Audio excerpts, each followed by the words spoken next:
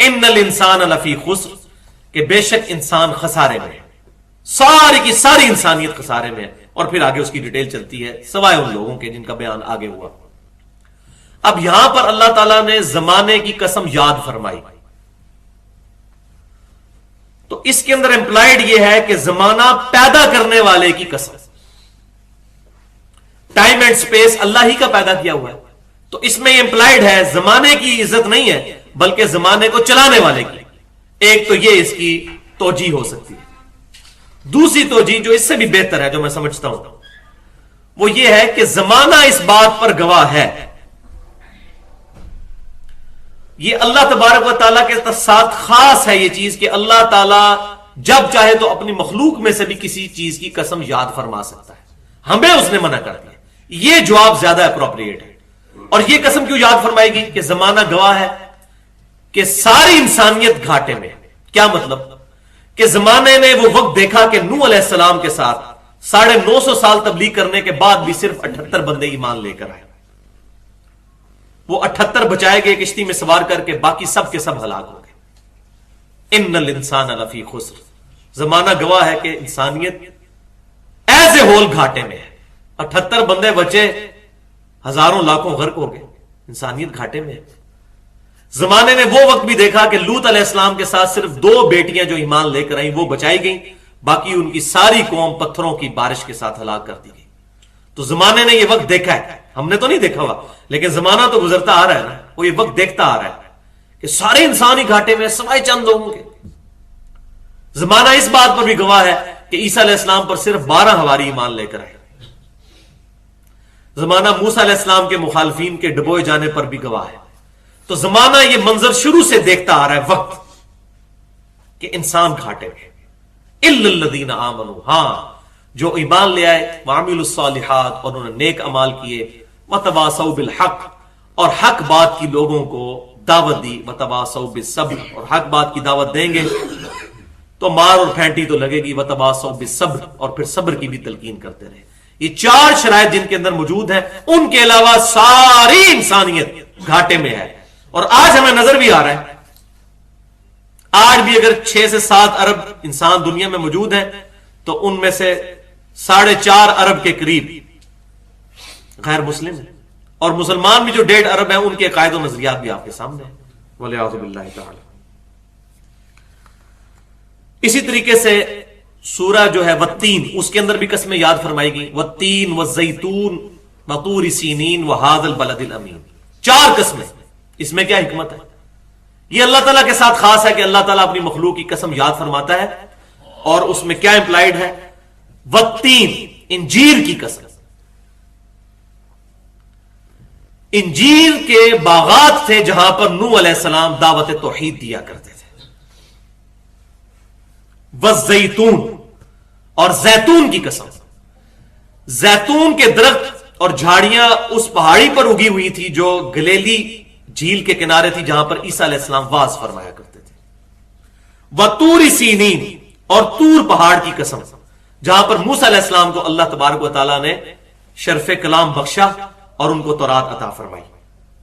وہذا البلد الامین، اور اس امن والے شہر مکہ کی قسم جہاں پر اللہ تعالیٰ نے اپنے محبوب امام کائنات سید الاولین والآخرین شفیع المذنبین رحمت للعالمین سیدنا و مولانا امام اعظم محمد رسول اللہ صلی اللہ علیہ وسلم کے ساتھ کلام فرمایا. یہ 4 ہستیاں پیچھے بیسیکلی ان کو یاد کیا جا رہا ہے.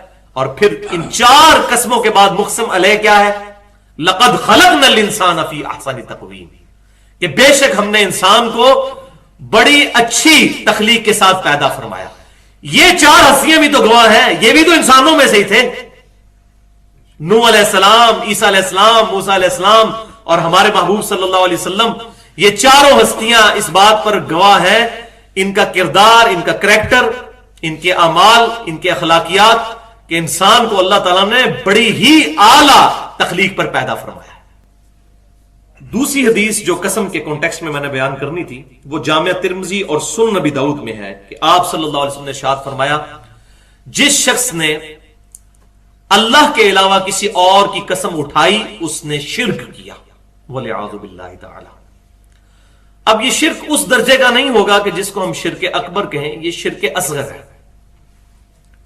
جیسا کہ ریاکاری کے بارے میں آیا مسند امام احمد میں صحیح سند کے ساتھ حدیث ہے، جس نے کسی شخص کو دکھانے کے لیے نماز پڑھی اس نے شرک کیا، جس نے کسی کو دکھانے کے لیے روزہ رکھا اس نے شرک کیا، اور جس نے کسی کو دکھانے کے لیے صدقہ کیا اس نے بھی شرک کیا.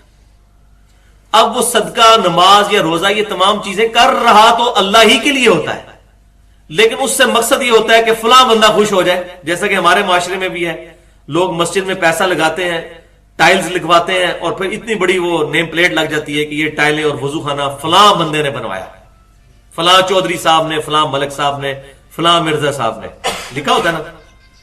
اب یہ بڑا ظلم ہے کہ کوئی شخص یہ کہے کہ یہ اس نے اللہ کے لیے نہیں شیطان کے لیے کام کیا اس نے اللہ کے لیے. وہ اپنے گمان میں یہی سمجھتا تھا چلو اللہ تعالیٰ کو بھی پورا کر لیں گے اور عوام میں بھی اپنا جو ہے وہ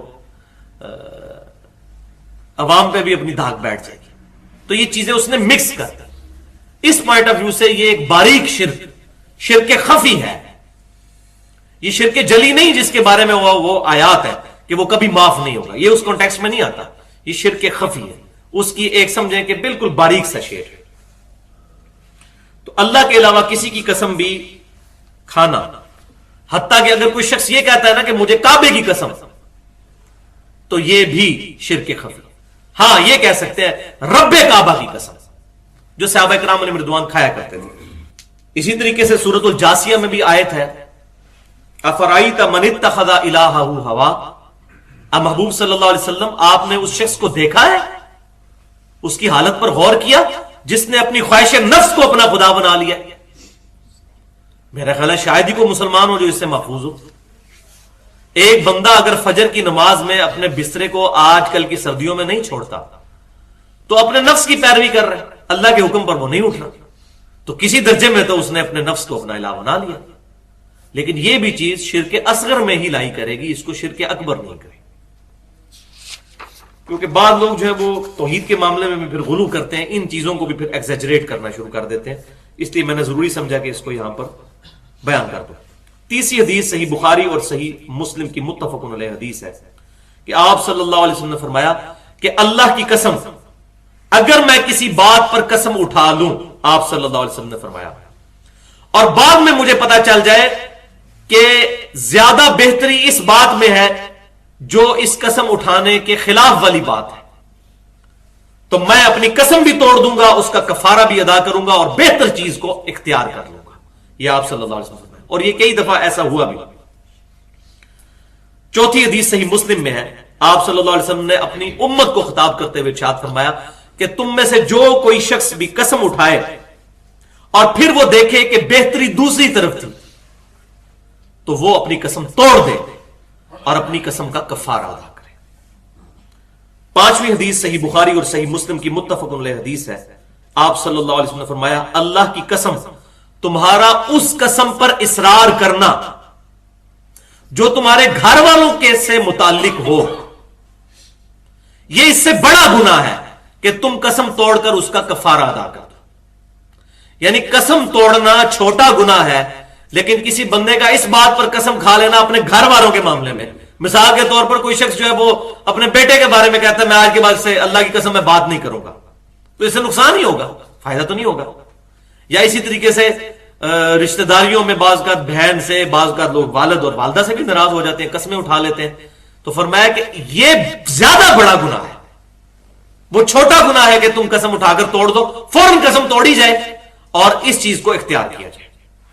چھٹی حدیث صحیح مسلم کی، یہ بہت کریٹیکل ہے، اس کو سمجھنے کی ضرورت ہے کہ آپ صلی اللہ علیہ وسلم نے فرمایا قسم کا وہی معنی معتبر تصور ہوگا جو معنی، جو مفہوم اور مطلب آپ سے قسم طلب کرنے والا لے رہا ہے. مثال کے طور پر کوئی شخص کسی کے باغ میں انٹر ہو جاتا ہے اور اس کی اجازت کے بغیر اس کے باغ کے کسی ایک درخت سے وہ پھل توڑنا شروع کر دیتا ہے. باغ کا مالک اس کو پکڑ لیتا ہے اور وہ کہتا ہے میں اس دفعہ تو تمہیں چھوڑ رہا ہوں، اس شرط پہ کہ تم قسم اٹھاؤ کہ آج کے بعد تم یہاں نہیں آؤ گے. تو وہ کہتا ہے کہ میں اللہ کی قسم اٹھاتا ہوں کہ آج کے بعد میں یہاں نہیں آؤں گا.